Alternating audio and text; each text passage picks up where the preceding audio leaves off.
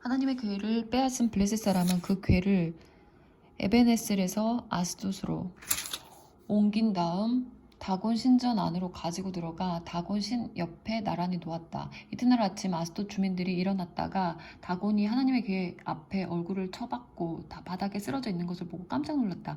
그들은 다곤을 일으켜 다시 제자리에 두었다. 그 이튿날 아침에 그들이 일어나자마자 가보니 다곤이 다시 하나님의 괴 앞에 얼굴을 쳐박고 바닥에 쓰러져 있었다. 다곤의 머리와 두 팔은 부러져 이윽게 널브러져 있었고 몸통만 남아 있었다. 그래서 다곤의 제사장과 아스돗에 있는 다곤 신전을 방문하는 사람들은 지금도 문지방을 밟지 않는다. 하나님께서 아스돗 주민들을 엄히 다루셨다. 종양으로 그들을 쳐서 그 지역을 황폐하게 만드셨다. 성읍과 그 주변 지역도 마찬가지였다. 또한 그들 사이에 쥐를 풀어놓으셨다. 쥐들이 그곳에 있는 배들에서 뛰어나와 온 성읍에 우글거렸다. 모든 사람이 두려움에 휩싸였다. 아스돗의 지도자들이 그 광경을 보고 결정을 내렸다. 이스라엘 신의 괴를 떠나보내야 합니다. 이 물건은 우리가 감당할 수 없고 우리의 신 다곤도 감당할 수 없습니다. 그들은 블레셋 지도자들을 모두 불러놓고 물었다. 어떻게 하면 우리가 이스라엘 신의 괴를 치울 수 있겠소? 지도자들의 뜻이 일치했다. 그 괴를 가드로 옮기시오. 그래서 그들은 이스라엘 하나님의 괴를 가드로 옮겼다. 그러나 하나님의 괴를 가드로 옮기자마자 하나님께서 그 성읍도 무섭게 내리치셨다. 성읍 전체가 큰 혼란에 빠졌다. 하나님께서 종양으로 그들을 치신 것이다. 어린아이 할 것 없이 성읍 모든 사람에게 종양이 생겼다. 그래서 그들은 하나님의 괴를 에그론으로 보냈다. 그러나 괴가 성읍으로 들어오려고 하자 그곳 백성이 소리쳐 항의했다. 이스라엘 하나님의 괴를 이리로 가져오다니 우리를 다 죽일 셈이요. 그들은 블레셋의 지도자들을 불러 모아 이렇게 요구했다. 이스라엘 하나님의 괴를 여기서 가지고 나가서 왔던 곳으로 돌려보내시오. 이러다 우리 모두 죽겠소. 하나님의 괴가 나타나자 모두가 심한 두려움에 사로잡혔다. 그러나 하나님께서는 이미 그곳을 무섭게 내리치셨다. 죽지 않은 사람은 종양으로 치셨다. 온 성읍이 내지르는 고통과 비탄의 부르짖음이 하늘에 사무쳤다. 하나님의 괴가 블레셋 사람 가운데 있은 지 7달이 되자 블레셋의 지도자들이 종교 전문가와 제사장과 초자연 현상의 전문가들을 한데 불러서 의견을 구했다. 어떻게 해야 사태를 더 이상 악화시키지 않고 이 하나님의 괴를 치워버릴 수 있겠소? 방법을 말해보시오.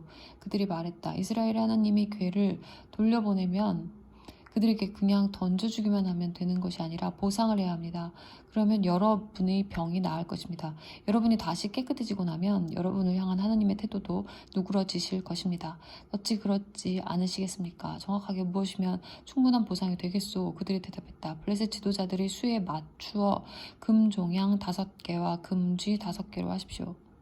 지도자와 백성 할 것 없이 모두가 똑같이 재앙을 당했으니 이 땅을 휩쓸고 있는 종양과 쥐 모양을 만들고 그것들을 제물로 바쳐서 이스라엘의 하나님께 영광을 돌리십시오. 그러면 혹시 그분의 마음이 누그러져 여러분과 여러분의 신들과 여러분의 땅을 향한 노여움이 가라앉을지 모릅니다. 이집트 사람과 바로처럼 고집을 부릴 까닭이 무엇입니까?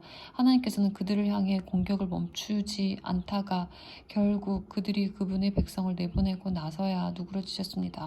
그러니 이렇게 하십시오. 새 수레와 멍에를 메어본 적이 없는 암소 2마리를 가져다가 암소들은 수레에 메우고 그 송아지들은 우리로 돌려보내십시오. 하나님의 괴를 수레에 싣고 여러분이 보상으로 드리는 금종양과 금쥐를 자루에 잘 담아 괴 옆에 두십시오. 그런 다음 수레를 떠나보내고 잘 지켜보십시오. 만일 괴가 왔던 길을 되짚어 곧장 벳세메스로 길로 향하면 이 재앙은 신의 심판임이 분명합니다.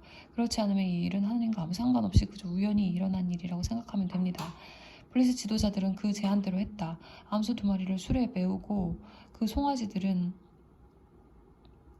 우리에 두고 하나님의 괴를 금지와 금종양이 든 금자루와 함께 수레에 실었다. 암소들은 울음소리를 내며 괴가 왔던 길을 되짚어 곧장 베세메스 길로 갔는데 오른쪽으로나 왼쪽으로 조금 더 벗어나지 않았다. 블레셋의 지도자들은 베세메스 경계까지 수레를 따라갔다. 그때 베세메스 사람들이 골짜기에서 밀을 추수하고 있었다. 눈을 들어 괴를 본 그들은 뛸 듯이 기뻐하며 달려나와 맞았다. 수레는 베세메스 사람 여호수아의 밭에 들어서서 그곳에 있는 큰 바위 곁에 멈추었다. 수수하던 사람들이 수레를 조각조각 뜯어내 장작으로 쓰고 암소들을 잡아 하나님께 번제물로 바쳤다. 레위 사람들은 하나님의 궤와 금제물이 든 자루를 맡아서 그 바위 위에 올려놓았다. 그날 베세메스 사람들 모두가 제사를 드리며 진심으로 하나님을 예배했다. 블레셋의 다섯 지도자들은 이것을 모두 확인하고 나서 그날로 에그론으로 돌아갔다. 블레셋 사람은 아스돗, 가사, 아스글론, 가드, 에그론 성읍들을 위한 보상으로 금종양 5개를 바쳤다. 금쥐 5개는 다섯 지도자가 통치하는 크고 작은 블레셋 성읍의 수에 맞춘 것이었다. 그들이 하나님의 궤를 올려놓았던 큰 바위는 지금도 그곳 베스메스에 있는 여호수아의 밭에 기념물로 남아있다. 호기심에 못 이겨 무례히 하나님의 궤를 들여다본 베스메스 사람 중에 얼마를 하나님께서 치시니 70명이 죽었다. 하나님께서 엄하게 치시자 온 성읍이 휘청이며 큰 슬픔에 빠져 물었다. 누가 능히 하나님, 이 거룩하신 하나님의 앞에 설 수 있겠는가? 누구를 데려다 이 궤를 다른 곳으로 가져가게 할 수 있을까? 그들은 기럇여아림에 전령을 보내며 말했다. 블레셋 사람이 하나님의 궤를 돌려보냈습니다. 내려와서 가져가십시오.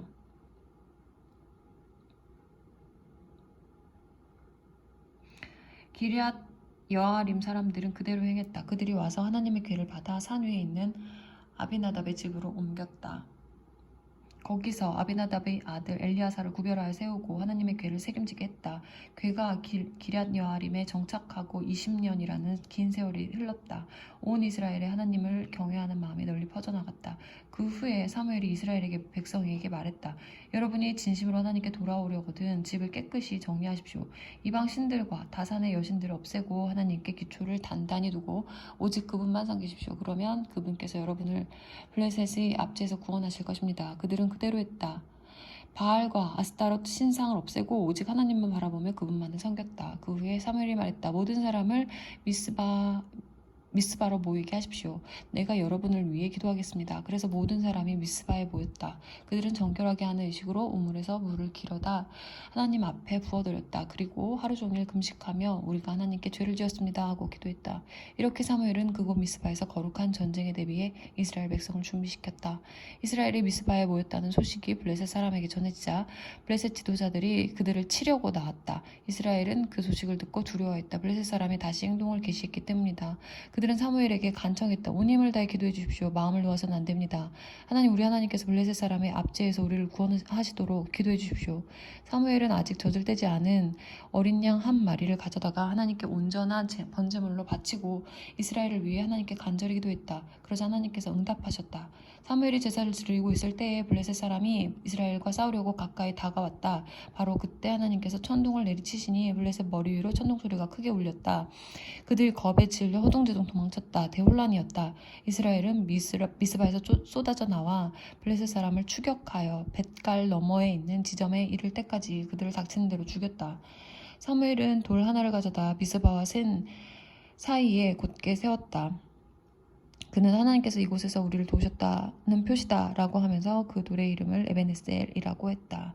호되게 당한 블레셋 사람이 다시는 경계를 넘어오지 않았다. 사무엘이 살아있는 동안에 하나님께서 블레셋을 엄히 다루셨다.